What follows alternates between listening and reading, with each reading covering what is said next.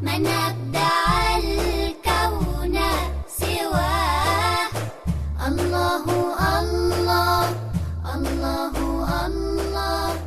الله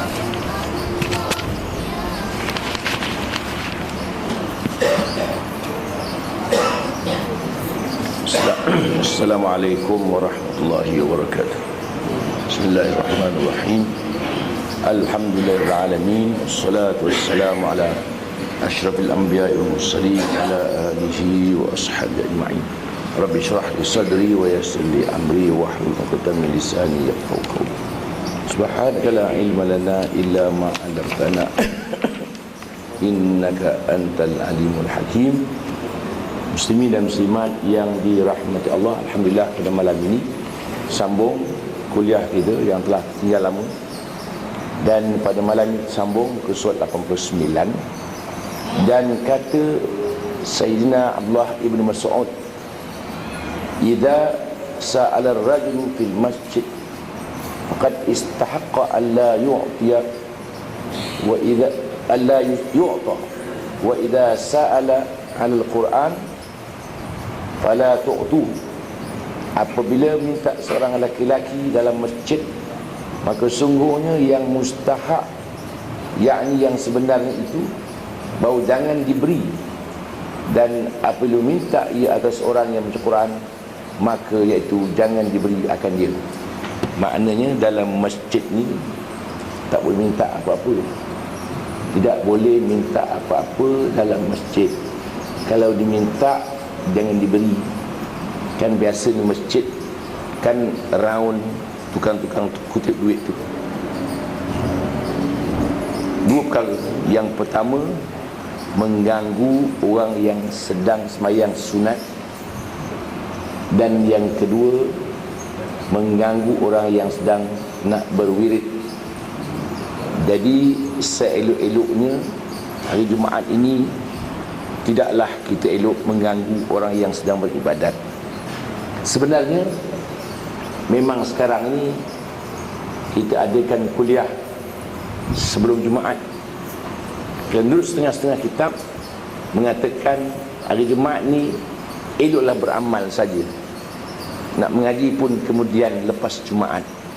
Sebelum Jumaat macam-macam hal orang nak buat, wirid, zikir, baca Quran. Tetapi kalau pula dilihat kepada maslahat am, ramai orang yang datang ke Jumaat yang tak pernah dengar ceramah, maka hari itu mau tak mau dia dengar jugalah. Demikian bolehlah kita adakan ceramah itu, tidaklah terlalu melirik-lirik. Artinya setengah jam bolehlah untuk berperingatan. Dan kalau menurut mazhab lain, dia kena ceramah dulu pula, pasal khutbah dia bahasa Arab kesemuanya, tidak ada bahasa Melayu. Dan demikian digunakan kesempatan itu untuk ceramah kepada orang ramai yang datang untuk menunaikan Jumaat yang wajib. Maka kita mengambil kesempatan untuk beri sikit ceramah atau kuliah supaya mereka dapat mendengar ceramah itu. Begitu. Kaedah itu pakai masalah am. Di sini disebut jangan memberi kalau orang minta pada dalam masjid waktu orang sibuk nak beribadat. Dan demikian lagi kata setengah ulama, makruh memberi sedekah kepada orang yang melangkah-langkah akan orang yang dalam masjid, melainkan jika orang yang minta dalam masjid itu berdiri atau duduk pada tempatnya, padahal bukan rapat, bukan waktu khatib membaca khutbah, maka iaitu tiada makruh memberi akan sedekah orang itu. Nah, maknanya kalau mengengkar langkah-langkah gitu tu, dipunjukkan mengganggu orang yang sedang beribadat. Kalau tidak mengganggu, hukum tidaklah makruh. Biasanya orang tu berjalan, jalan round ke depan ke belakang, ada orang sembahyang sunat, corner hari menyebabkan berlaku tidak berapa cantik dalam masjid itu. Begitu. Dan kata Imam Al-Ghazali rahimahullahu ta'ala, ia nakal ni salin, ya. Ia nakal ni ia salin daripada setengah ulama yang dahulu. Man at'ama miskinan yaumul jumu'ah thumma ghada wabtakara wa lam yu'di ahadan thumma qala hina yusallimu al-imam bismillahirrahmanirrahim al-hayyul qayyum as'aluka an taghfira li wa tarhamani wa tu'afiyani minan nar thumma da'a lahu bima badalu ustujibalah. Barang siapa memberi makan akan orang yang miskin pada hari Jumaat, kemudian maka berpagi-pagi bersegera ia pergi ke masjid dan tiada menyakiti ia akan seorang, kemudian maka mengata ia ketika memberi salam imam dari sembahyang Jumaat, bismillahil qayyum hingga akhirnya, maka kemudian minta doa ia barang yang zahir baginya, yakni dengan barang yang kendakinya saya mustajab kepada Ta'ala baginya. Jadi maknanya hari Jumaat pagi-pagi ia berderma, ia bersedekah, dia beri makan kepada orang miskin, kemudian dia pergi awal-awal pergi sembahyang Jumaat dan dia baca bismillahil qayyum, ya, dia baca doa ini, dia kata sampai doa sampai akhir, iaitu doa kejemaahnya dengan nama Allah yang Maha Purah lagi Maha Hidup lagi berdiri dan sendiri. Aku mohon padamu untuk mengampunkan dosa aku dan merahmati aku dan menyelamatkan aku dari api neraka, dan kemudian doalah apa yang dikendakinya, maka Allah mustajabkan doanya. Gitu. Jadi pagi-pagi ia bagi orang miskin makan atau derma atau sebagainya, nanti lepas sembahyang Jumaat dia baca doa ini, maka Allah mustajabkan doanya. Gitu. Dan adab yang ketujuh, bahawa sekiranya engkau jadikan hari Jumaat itu akan hari bagi akhiratmu, maka jangan engkau masyghul pada hari itu dengan pekerjaan dunia, dan banyakkan olehmu dalam hari itu mengerjakan aurat, yakni mengerjakan ibadat yang telah tentukan oleh masyayikh yang datang daripada hadis Nabi sallallahu alaihi wasallam. Maknanya hari Jumaat ni tu salah banyak sibuk sangat bekerja. Memang pun dalam hukum Islam kita kena cuti hari Jumaat sebenarnya, benar-benar ni. Tapi kita ikut orang Kristian tu kelayahan.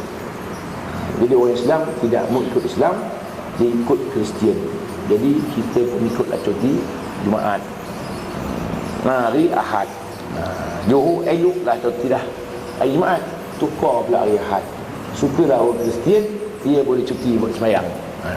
Orang Islam tidak bercuti Jumaat, cuti hari Ahad. Elok, kita dah ada peruntukan Ta'ala. Kita orang Islam cuti hari Jumaat, Yahudi cuti hari Sabtu, Kristian cuti hari Ahad. Kita tidak mengambil cuti orang-orang Islam. Kalau kita baca dari kitab Bahrul Mazi menguraikan cuti Jumaat, cuti hari Ahad cukup memang Ahad.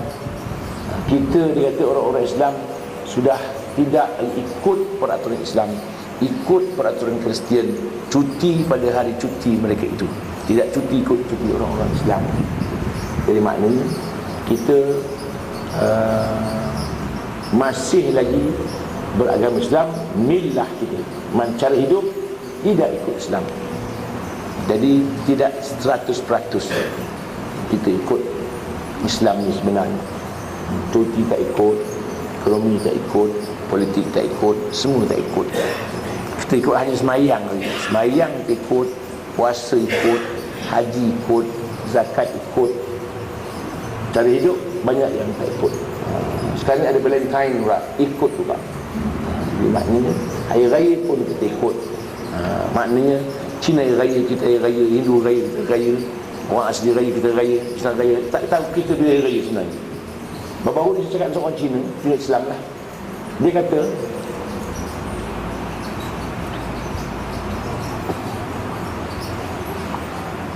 di negeri Cina, orang-orang Islam di Cina tidak main bunga api.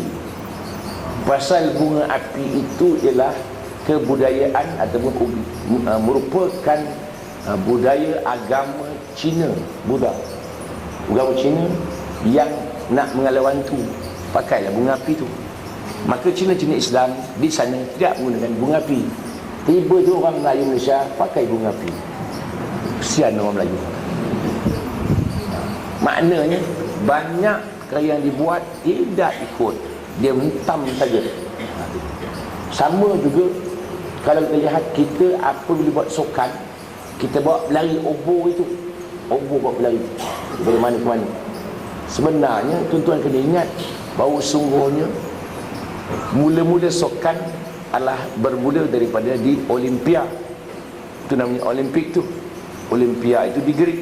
Greek itu mereka menyembah api, Tuhan dia. Maka tiap-tiap benda yang nak mulakan dengan Tuhan dia, itu api. Maka mereka mulakan sokan dengan api.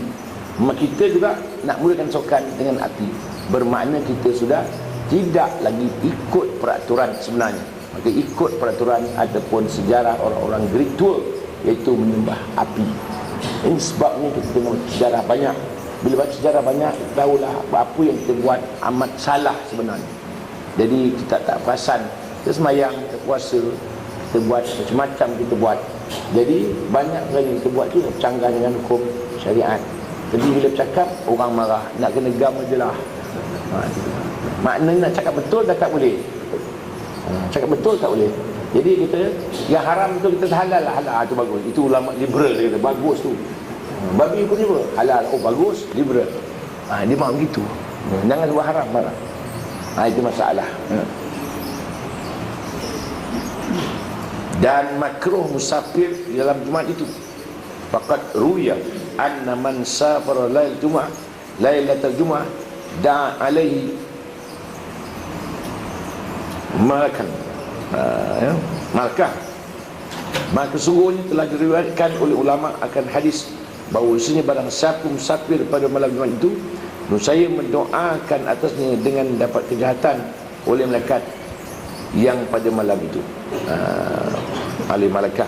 Jadi maknanya malam Jumaat makruh hukumnya bermusafir. Dan haram musafir kemudian daripada terbit fajar sadiq. Dan makruh berjual dan beli dalam masjid. Dan haram musafir kemudian dari terbit fajar sadiq. Dia begini keadaannya.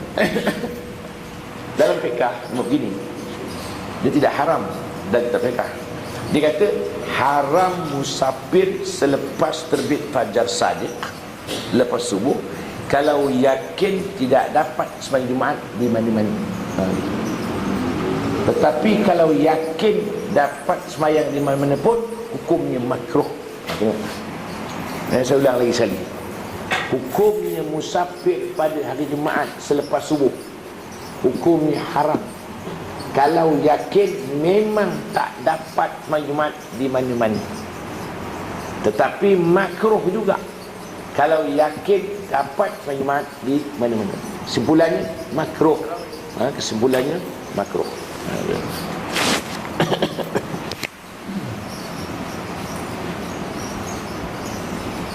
Dan makruh berjual beli dalam masjid. Dan kata Imam Ghazali rahimahullah ta'ala, wa kariha ba'du as-salaf syira' al-ma' fil masjid min as-saqa'i liyashribahu aw yasbilahu hatta la yakuna mubta'an fil masjid fa innal bai'a wasyira'a fil masjid makruhun wa qalu la ba'sa law u'tiyal qimah law a'ta al qimah kharij al masjid thumma shariba aw sabala fil masjid. Dan kata setengah ulama yang dahulu makruh membeli air dalam masjid daripada orang jual air dalam masjid kerana ia hendak meminum akan dia atau kerana hendak disedekahkannya air itu dalam masjid, hingga tiada ia namakan membeli sesuatu dalam masjid itu, kerana bahawa berjual beli dalam masjid itu makruh. Dan kata mereka itu tiadalah mengapa jika diberi bahagian itu dalam masjid kemudian maka diminum atau disedekahkan dalam masjid. Maknanya dia kata begini, berjual beli dalam masjid hukumnya makruh. Tapi ada ulama mengatakan tidak makruh, syarat ambil air itu dulu, bayar kat luar. Maknanya dia panggil unjuk beri dulu. Bayaran ni bayar di luar. Bermakna kita membeli itu di dalam masjid. Ambil dulu sedekah ni, minum dulu, bayar kemudian. Itu maknanya hukumnya tidak makruh.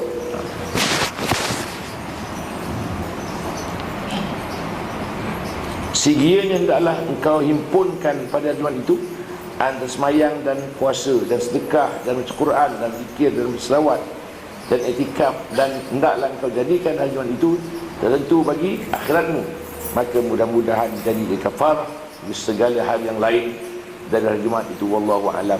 Maknanya dari hari Jumaat ni hendaklah kita gunakan sepenuh-penuhnya beribadat, baca Quran, zikir, wirid, puasa, iktikaf dan sebagainya. Ringkasnya, hari Jumaat tu hendaklah digunakan sepenuh-penuhnya untuk berbakti kepada Allah Subhanahu Wa Taala sebagai gantian kepada hari-hari yang lain yang sibuk tu. Sabtu, Ahad, Senin, Rabu, Khamis sibuklah. Tapi Jumaat tutuplah dengan ibadat mengganti hari-hari yang sibuk dengan keduniaan itu. Habis. Faslun fi bayani syuruti sihhatil Jumaah. Ini suatu pasal pada menyatakan segala syarat sah sembahyang Jumaat. Ini kita ada dua, satu syarat wajib, satu syarat sah. Maknanya apabila salah satu daripada syarat-syarat tidak terpenuh, maka salat Jumaat tidak sah. Itu maknanya syarat sah. Kalau syarat wajib, kalau tak ada salah satu antaranya, maka orang tidak wajib sembahyang Jumaat. Ini kalau tak ada, tak sah sembahyang Jumaat. Itu maksud syarat sah. Ketahui oleh bahawa Jumaat itu bersekutu syaratnya dengan syarat sembahyang yang lain, dan berbeza ia pada syarat sembahyang yang lain itu dengan 6 syarat. Maknanya di sembahyang sama dengan sembahyang lain. Maknanya menghadap kiblat sama, tutup aurat sama, di tempat yang bersih sama, bukan? Nanti masuk waktu sama. Tapi tambahan 6 lagi. Apa dia? Pertama, waktu zuhur. Maka jikalau keluar sembahyang Jumaat itu daripada waktu zuhur, jika sekala salam imam sekalipun usai luput sembahyang Jumaat itu, maka wajib disempurnakan akan zuhur itu 4 rakaat. Mesti kita laksanakan sembahyang Jumaat pada waktu zuhur. Kalau terlajak sikit lagi nak habis zuhur dah, kita naklah sembahyang zuhur, tak boleh Jumaat dah. Mesti waktu zuhur Jumaat satu. Kedua, tempat mendirikan Jumaat itu dalam negeri atau dusun yang ada baginya rumah, maka tidak sah mendirikan sembahyang Jumaat itu di tengah padang. Mesti buat di tengah kampung, tengah-tengah bandar ada orang duduk. Tengah-tengah padang orang tak duduk, tak ada. Mesti buat pada tempat orang tinggal. Tengah padang tak boleh, mesti ada dalam negeri atau dusun, kampung. Syarat ketiga, hendaklah berhimpun 40 orang yang laki-laki yang berakal, lagi balik, yang merdeka, yang mastautin, sekira-kira tiada ia berpindah dari tempat itu pada waktu panas dan pada waktu sejuk, melainkan kerana berdagang atau kerana ziarah atau kerana bermain jua. Syarat yang ketiga, hendaklah ada 40 orang.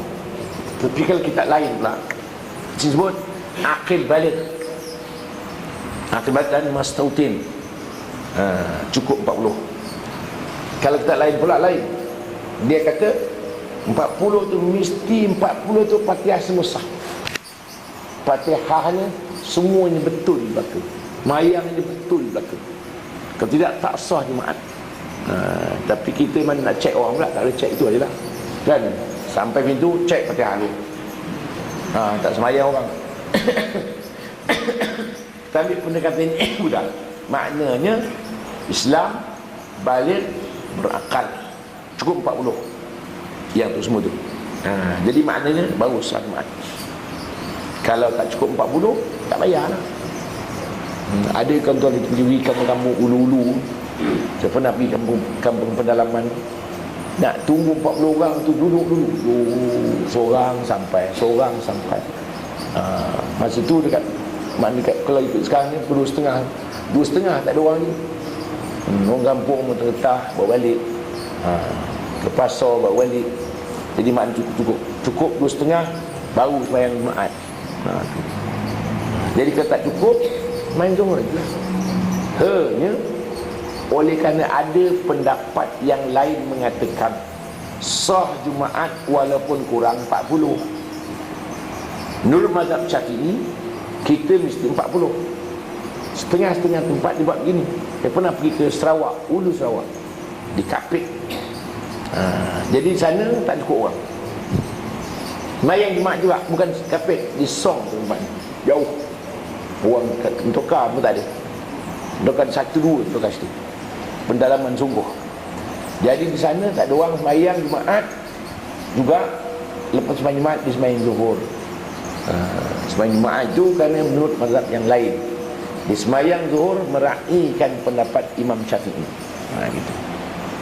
Jadi kalau bagi saya, kalau tak cukup 40, sembahyang zuhur sudah senang cerita. Tak payah kerja 2 kali. Itu lebih mudah. Tapi ada pendapat mengatakan sembahyanglah juga Jumaat tu untuk meraihkan pendapat Imam Syafi'i, sembahyanglah zuhur. Pasal Imam Syafi'i kata kalau tak cukup 40, tak usah sembahyang Jumaat, main zuhur. Kita pakai 2 mazhab. Lebih selamat kalau nak sembahyang zuhur, sembahyanglah zuhur. Kalau nak sembahyang Jumaat, sembahyanglah Jumaat, ikut mazhab lain. Mudah ya. Macam kita jugalah. Kita bayar peterah tu mazhab Syafi'i, pakai beras, atau disebut berzakat dengan sesuatu yang mengenyangkan. Kita Malaysia beras. Tetapi oleh kerana kalau kita berzakat terang dengan beras, orang kampung ada 1,000 orang, anak 4,000 gantang rumah kita penuh beras. Tukar mazhab, pakai duit. Bila pakai duit je lah. Tak payahlah pakai beras pula. Maknanya kita boleh taklid pada mazhab lain. Menurut Imam Nawawi boleh bertukar mazhab walaupun dalam keadaan yang tak bermudah-mudah. Tukar je. Pasal kita orang awam ni sebenarnya tidak ada mazhab. Kita al-awam la mazhab lahum. Orang awam ni tak ada mazhab sebenarnya. Tetapi oleh kerana kita turun-temurun pakai mazhab Syafi'i, kita pakailah. Tetapi tidaklah menyebabkan kita ni fanatik pada mazhab Syafi'i. Pakai mana-mana mazhab pun boleh, tak ada masalah. Oleh itu kita ke Mekah nak tawaf kan pakai mazhab Hanafi, boleh tukar juga, tak ada masalah. Gitu. Kita kalau orang perempuan kalau tahu uzurnya nak tawaf tak boleh, pakai mazhab lain juga. Maknanya boleh tukar mana-mana mazhab yang mudah-mudah. Tapi jika undang-undang tak boleh lah. Pasal dalam undang-undang kita ni, perkahwinan umpamanya, kalau suami menceraikan isterinya talak 3 serentak, dikira 3 dalam undang-undang kita. Tetapi dalam mazhab Ibn Taymiyah mengatakan 3 itu dikira 1. Kalau seorang suami kata saya akan talak 3 terus, Ibn Taymiyah kata 1 juga. Pasal Nabi kata 1. Tetapi Sayyidina Umar kata 3. Pasal apa Sayyidina Umar tukar-tukar hukum? Sayyidina Umar tahu kalau dibiarkan mereka bermain-main dengan talak, mereka suka main-main. Itu sebab dalam undang-undang kita, apabila seorang suami itu menceraikan, apabila seorang suami itu meninggalkan isterinya 4 bulan berturut-turut, maka berhaklah isteri itu mengadukan kepada tuan qadi. Kalau sabit kesalahannya, jatuhlah talaknya 1. Beberapa kali suami itu nak rujuk tanpa kerana isterinya, jatuhlah talaknya lagi 1. Itu. Pasal apa jadi gitunya? Maknanya bila suami cerai, besok dah selesai, rujuk balik. Isteri saya tak ada, jatuh lagi 1. Rujuk lagi, saya tak ada, jatuh lagi. 3 habis langsung. Ini kaedah menggali. Pasal dulu Bengali ada kain orang Melayu, dia rajin pukul isteri. Pukul, cerai. Dia cerai, rujuk balik. Kan main-main dia Bengali. Maka ini di-applykan pada Bengali. Orang Melayu tak buat. Maka undang-undang tu adalah tukar undang-undang tu. Itu sebab ni imam-imam juru nikah, lepas akad nikah dia terus taklid. Baru nikah taklid terus. Pengantin takut, ikutlah dekat imam tu. Pasal apa baru je kahwin? Baru akad dah, akad baru je, belum kelayan benda ni. Dah taklid dah. Jangkanya buat undang-undang. Barang siapa begini-begini buat undang-undang. Bila taklid ni kan susah. Itu komen juga pula marah. Kan? Tapi itu tak ada repair. Kita tangkap. Saya ceramah baru di zaman Sarah, tangkap. Kita tak apa hal lah duk gambar dengan tangkap orang. Ceramah Mak Al-Hijrah, tiba-tiba datang sak tunjuk dia dekat saya duk gambar. Kita apa pula hal? Yang ke datang saya ustaz saya duk gambar. Nak soal siasat sikit. Kan cantik itu. Tiba-tiba tertengah gelap tu saya duk gambar. Saya pun naik kereta, saya balik habis itu untuk kedai. Jadi maknanya kan ada kurang adab sedikit dengan orang tua. Awak budak-budak, budak-budak kurang hajar dengan orang tua. Ini mengajar agama pun tak ada adab sama. Beritahu orang bawahan ini nak cara nak tangkap orang tu, polis pun nak tangkap saya tak apa, saya pergi. Polis mesti ramai, ustaz, lepas jumpa saya sekejap lalu polis, tak apa saya pergi. Kan ada adab namanya. Ini agama pun tak ada adab. Jadi ini kurang hajar pada orang tua. Jadi maknanya nak tangkap orang pun itu. Tadi baru gelap saya juga kamu tunjuk kad tu. Bukan saya minta. Kan malu muka saya balik, apa nak buat? Saya balik naik tren jalan terus habis tuk kedai. Ini dia. Itu tak ada repair, ini nak tangkap dia orang. Dia sibuk mencari ajaran sesat. Jawab agama ni bila hukum orang berzina itu hukum jail, hukum siapa nak bayar denda, itu sesat lah tu. Sesat dia. Hukum Allah Ta'ala sebat, Allah Ta'ala rejam, tak sesat. Ajaran sesat lah tu. Itu nak marah tu. Sekian dimaklumkan.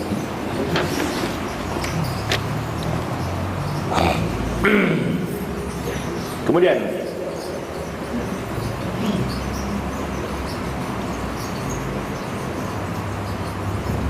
yang keempat, hendaklah berjemaah. Maka jika semayang orang yang 40 itu padahal bercerai-cerai, saya tidak sah jemaat mereka itu. Tetapi orang yang masbuk, apabila dapat ia akan rakaat yang kedua, harus ia bercerai pada menyempurnakan rakaat yang kedua itu. Kemudian dari salam imamnya. Dan jika tidak dapat ia akan rakaat yang kedua itu, wajib disempurnakan zuhur, iaitu 4 rakaat. Maknanya semayang ini mesti berjemaah. Kalau semayang 40 tak berjemaah, tak sah lah, mesti berjemaah. Dengan demikian, kalau sekiranya kita dapat rakaat yang kedua, sampai-sampai di masjid orang dah 1 rakaat dah, maka kita boleh sambung 1 rakaat lagi, sah jemaat. Tetapi kalau sampai jemaat imam sedang tahiyat akhir, kita pun ikut imam itu, usalli fardhu jumu'ati raka'ataini imam ma'muman lillahi ta'ala, ikutlah imam tu duduk terus, tetapi semayangnya 4 rakaat. Gitu. Ya, semayangnya 4 rakaat. Ingat balik, kalau sekiranya dapat 1 rakaat, maka dapatlah jemaat, tambahlah lagi 1 rakaat. Tetapi kalau sampai di masjid imam sedang tahiyat akhir, atau tak dapat 1 rakaat pun dengan imam itu, maka kita niat Jumaat, semayang zuhur. Ini teka-teki mengatakan diniatkan tetapi tidak disemayangkan, disemayangkan tapi tidak diniatkan. Itulah teka-teki dia. Diniatkan semayang Jumaat, semayangnya zuhur. Gitu.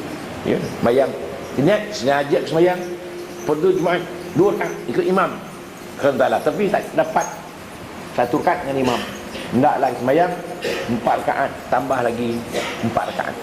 Itu dia kata.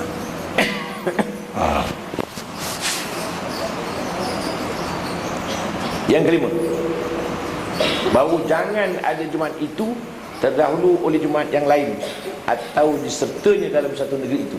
Maka jikalau kesukaran berhimpun pada Jumaat masjid, maka harus berbilang Jumaat itu 2 atau 3 sekira hajat 2. Maknanya begini, katalah surau Ampang Jaya ni buat Jumaat juga, kan? Surau tepi tu buat juga, tanpa kebenaran. Siapa semayang dulu, dia sah. Kan dulu kan berebut-rebut di Kelantan dengan dulu. Siapa dulu, dia sah. Melewat, tak sah. Gitu. Dengan demikian, kalau surau ini penuh, tak muat, baru boleh 2-3 tempat semayang Jumaat. Umpamanya macam hospital kamu baru, Kalau baru pun dah jam penuh, buat hostel. Hostel pun penuh juga, buat di apa nama tu, dekat Jalan Pahang tu ada yang kecil. Bukan? Boleh. Jadi maknanya kalau ada mustahab, boleh. Boleh lah. Jadi maknanya lihat kalau di mana lagi tempat di Kuala Lumpur ni, banyak tempat dua. Kalau kita pantai sebagai jemaat Masjid Semaya tu, atau bukit dulu LI dulu tu, pun sebagai jemaat. Lalu bawah sudah penuh sangat.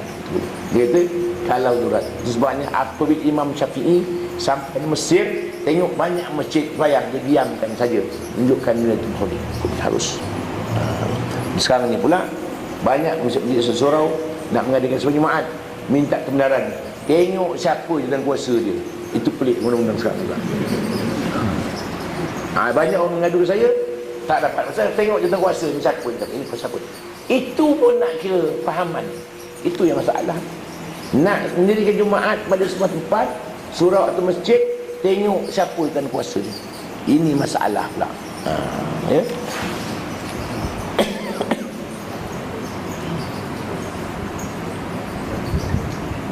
Dan syarat yang keenam, 2 khutbah.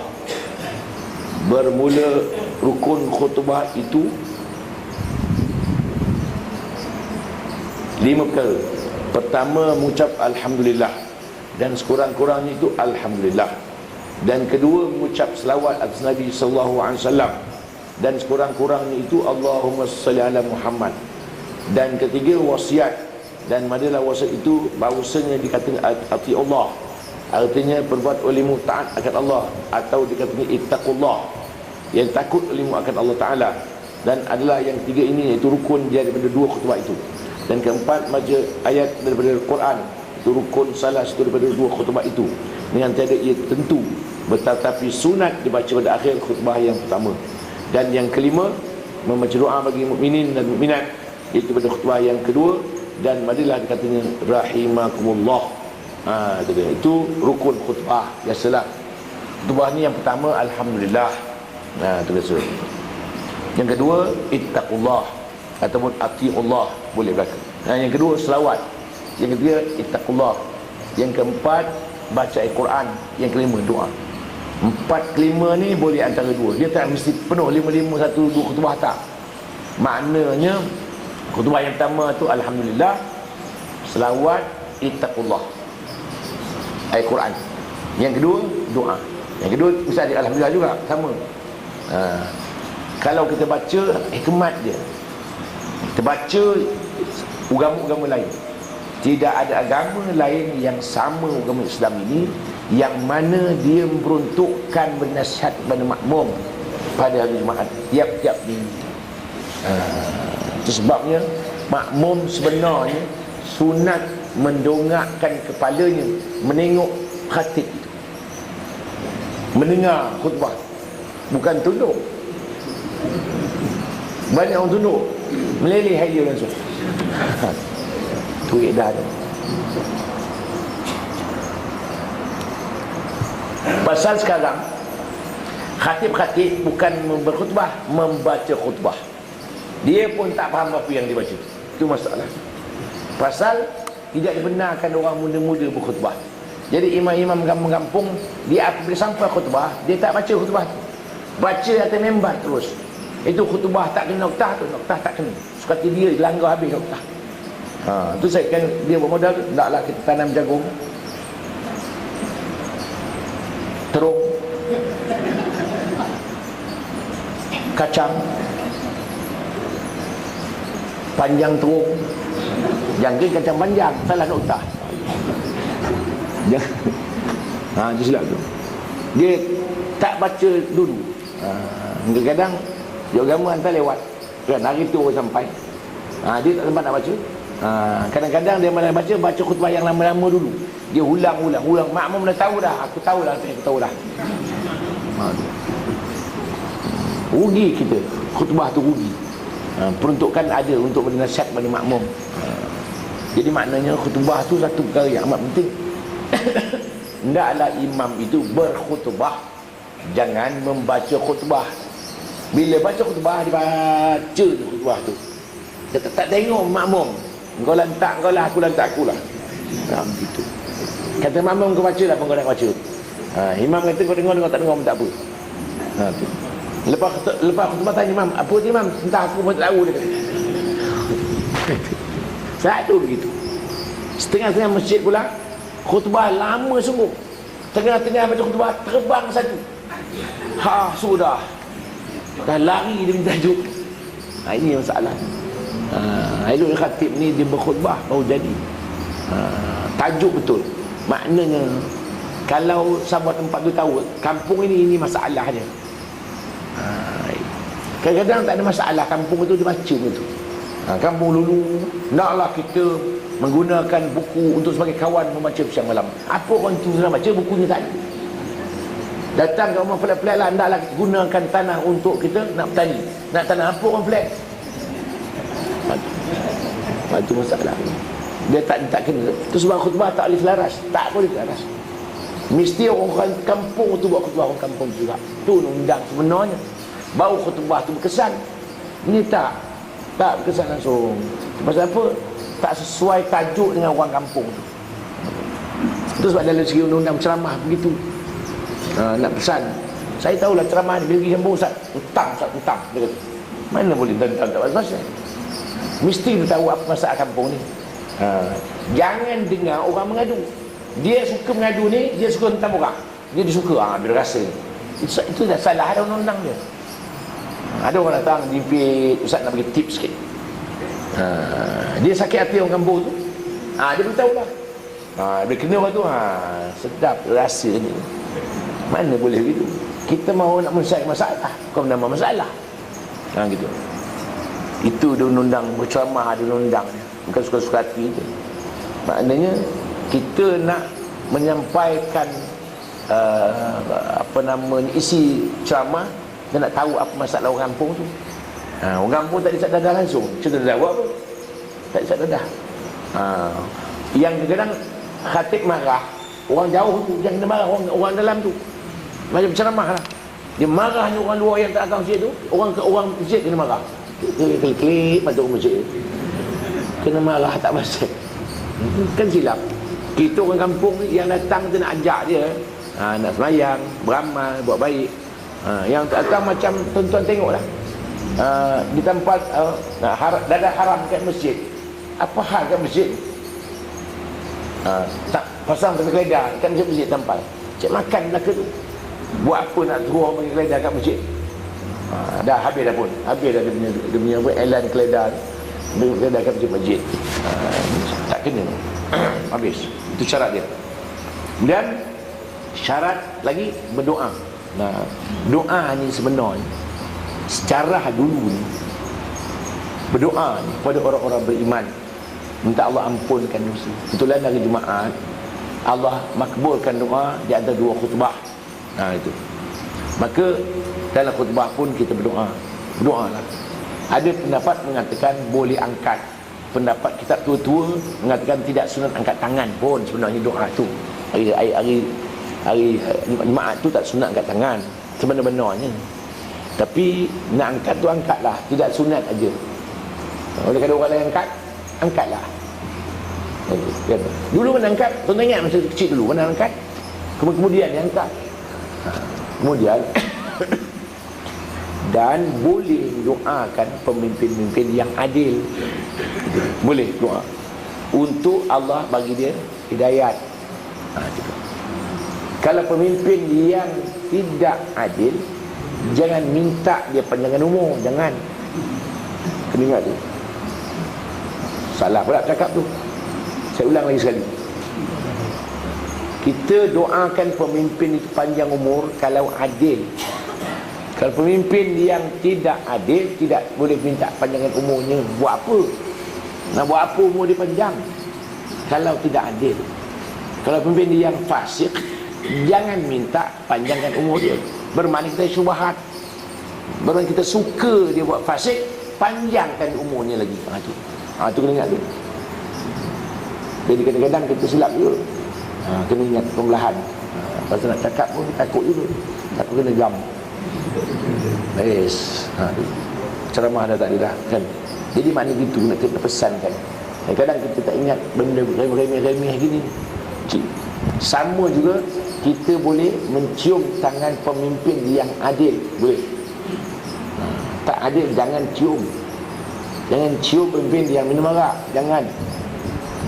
Kita boleh cium tangan tuan guru, boleh. Bukan cium tangan dia tu, cium ilmunya. Macam cium minyak wangi tu, botol minyak wangi, bukan cium botol tu, cium minyak yang ada dalam botol tu. Begitu. Mak bapak kita pun begitu. Bukan cium tangan bapak, cium kerana belas sayangnya kepada kita itu saja. Sama di kaedah begitu. Pemimpin pun begitu, boleh cium tangan pemimpin yang adil. Adil yang kita fiqh ada. Bukan kita tahu kita fiqh. Boleh mencium tangan ulama dan cium tangan pemimpin yang adil. Dia ada ujung adil saja. Yang tak adil tak boleh.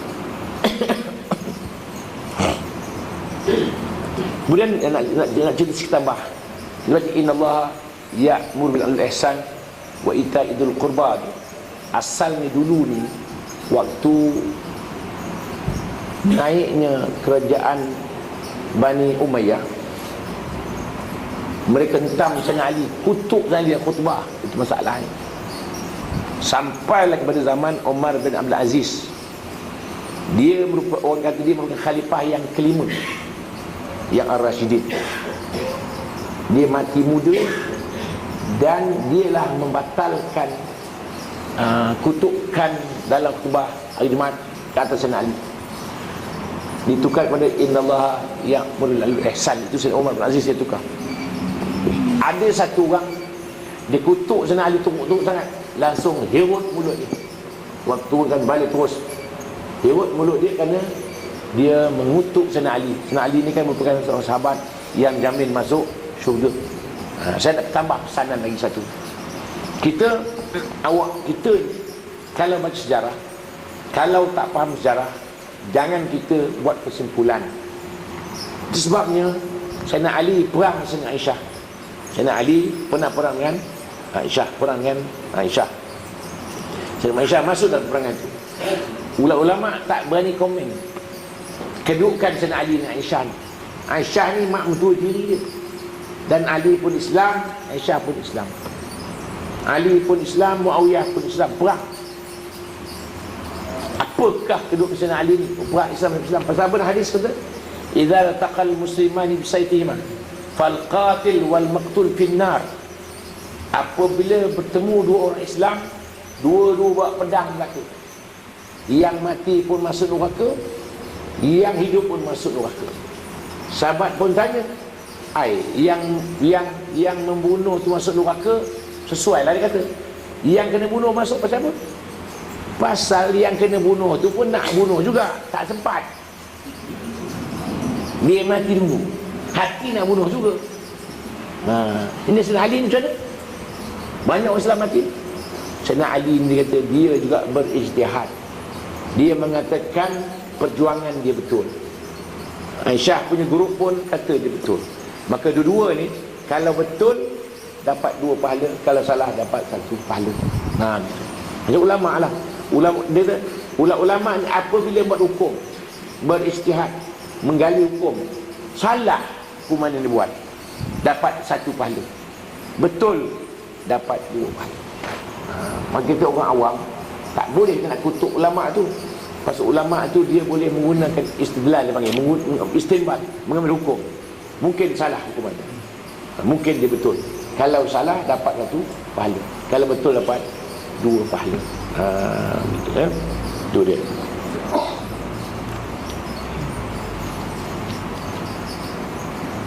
Kemudian bermula syarat 2 khutbah itu 9 syarat lah.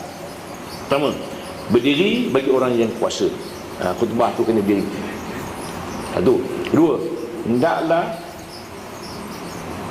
2 khutbah itu dengan lafaz Arab, maka tidak sah khutbah itu dengan lafaz yang lain daripada bahasa Arab. Dan jika orang yang semayang itu sekalian dia bukan Arab sekalipun, khutbah yang wajib telah. Mana rukun khutbah itu semua kena bahasa Arab. Alhamdulillah, selawat, ittaqullah, doa dan Quran. Yang lain boleh cakap Melayu. Dalam mazhab Hanafi, kita pergi semayang macam India, mana ada cakap Arab langsung, cakap India tak ada. Itu sebab dia khutbah Dia ceramah dulu sebelum khutbah tu. Kemudian bawa baca khutbah Arab semua. Tak ada kat India apa. Tu. Dalam Syafi'i ini boleh, tapi syarat Arabnya mesti yang rukun tu. Itu dia. Syarat. Itu. Dua. Yang ketiga, hendaklah jatuh khutbah itu dalam waktu zuhur. Biasalah khutbah mesti waktu zuhur. 4. Duduk antara khutbah kira-kira sekadar tamakninah. Mana khutbah ada 2, diri, duduk sekejap, bangun balik. Dan kelima, hendaklah didengar orang 40 yang jadi dengan dia Jumaat. Mana mesti ada khutbah tu orang dengar 40 orang. 40 tu mesti akil balik mustautin.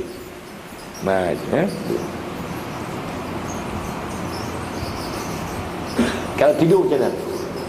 Kalau setengah ni tidur, cukup 40 orang, 2 menengkur macam tak boleh kan? Oleh kerana Mesir kita ramai 80 orang, 100 orang, 500 orang. Mungkinlah yang tak tidur ada lebih 100 orang. Sah lah.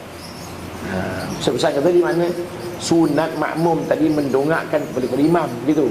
Dengar khutbah tu sunat sebenarnya. Tapi oleh kerana imam dia pun sama mengantuk, sama-sama mengantuk, habis tidur mengantuk lagi. Tidur tak apa, tak salah. Tapi sekiranya meleleh dia kan panjang gitu, Allahu Akbar, seduk. Macam mana apalah hukum? Kalau ahli basi, salah. Apa tanda ahli basi? Kuning dan berbau. Itu. Kalau puasa batal tu. Pasal dia punya panjang, peluk panjang, tarik panjang masuk. Dan kelima, hendaklah didengar orang 40 orang. Yang keenam, mualat, yang betul turut. Tak boleh rehat, terus khutbah. Dan ketujuh, suci daripada hal kecil dan hal besar. Biasalah. Dan kedelapan, suci dari najis pada kainnya dan pada badannya dan pada tempatnya. Biasa. Dan kesembilan, menutup aurat. Yang kesembilan tutup aurat. Habis. Itu dia maknanya syarat sah khutbah. Habis. Bermula syarat wajib Jumaat itu 5 perkara. Pertama, mukallaf, iaitu akil balik, dan tidak wajib semayang Jumaat itu atau kanak-kanak dengan orang gila. Maknanya syarat wajib semayang Jumaat yang pertama ialah mukallaf. Mukallaf ni maknanya Islam, balik, berakal. Jadi orang kanak-kanak tak wajib semayang Jumaat. Orang gila tak wajib semayang Jumaat. Jadi orang gila tak payah semayang Jumaat. Atau orang tak semayang Jumaat, orang gila. Gitu.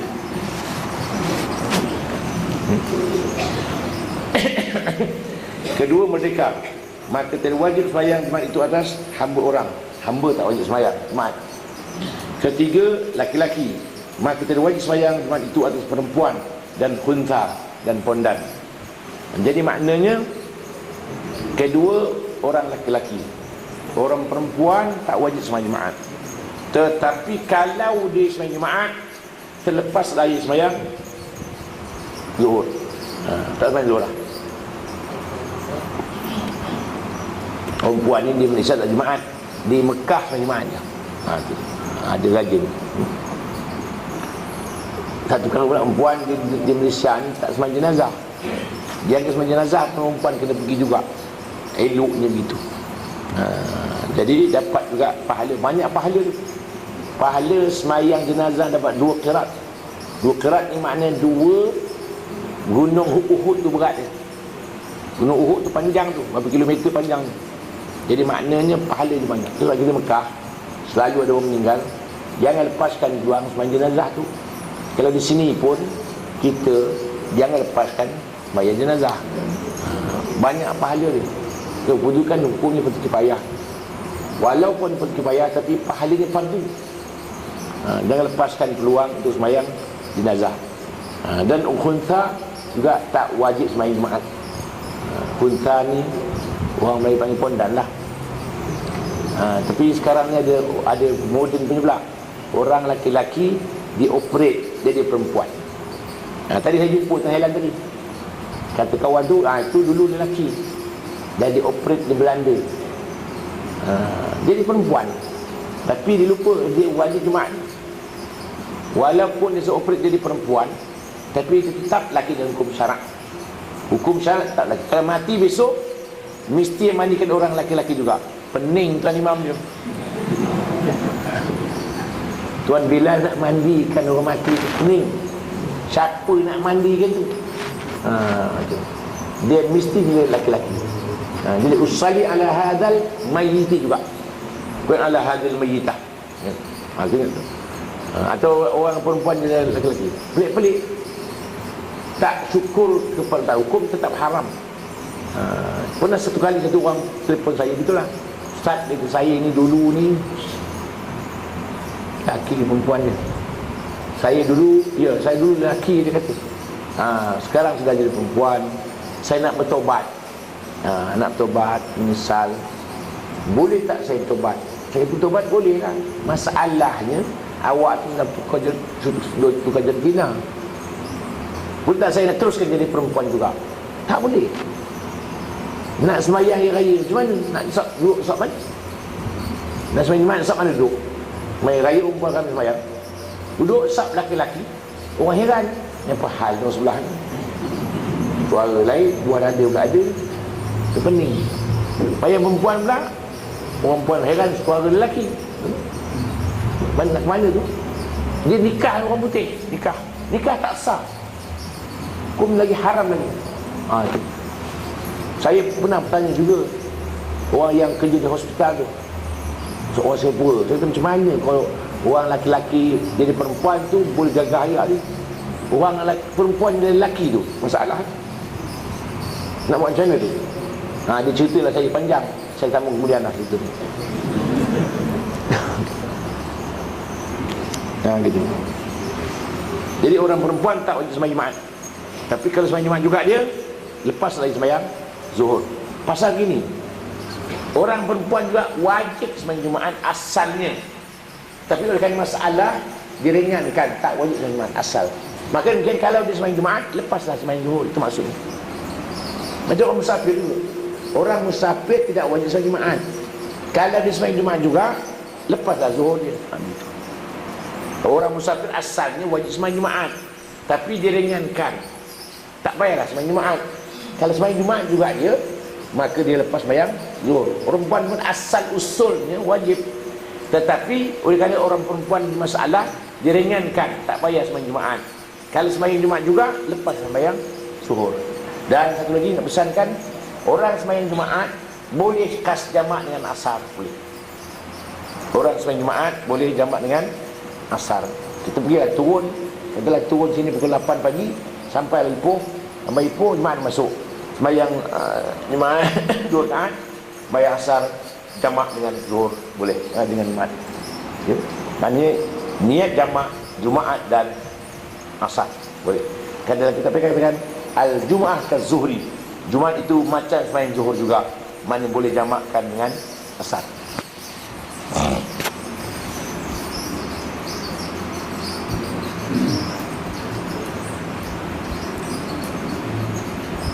Keempat, mukim dalam tempat yang mendirikan akan sembahyang Jumaat itu. Jika tiada mustautin sekalipun, atau yang mukim dalam dusun yang kedengaran daripada bang orang yang dalam negeri yang mendirikan Jumaat yang didiri tepi negeri itu, dan suara pun keras dan waktu pun sunyi, berhingar-hingar.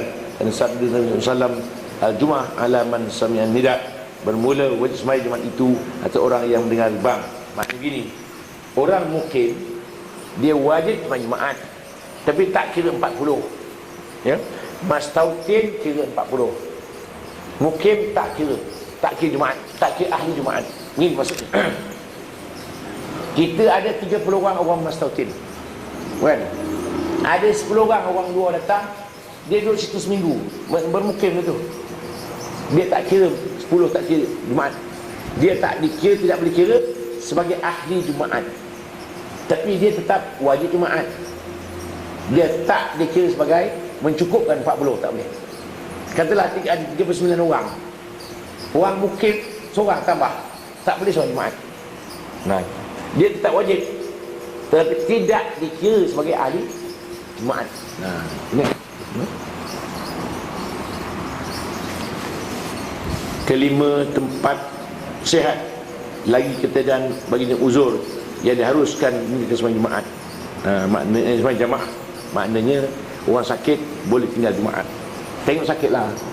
Kalau sesama je janganlah tinggal Jumaat. Dia malas. Tak sembahyang sesama.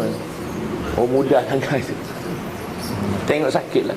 Sakit yang agak mengganggu dia, susah nak sembahyang tu, sakit. Bermula uzur yang diharuskan meninggalkan sembahyang Jumaat, dan Jumaat itu 2 bagi. Sambung ceramah akan datang. Wallahu a'lam.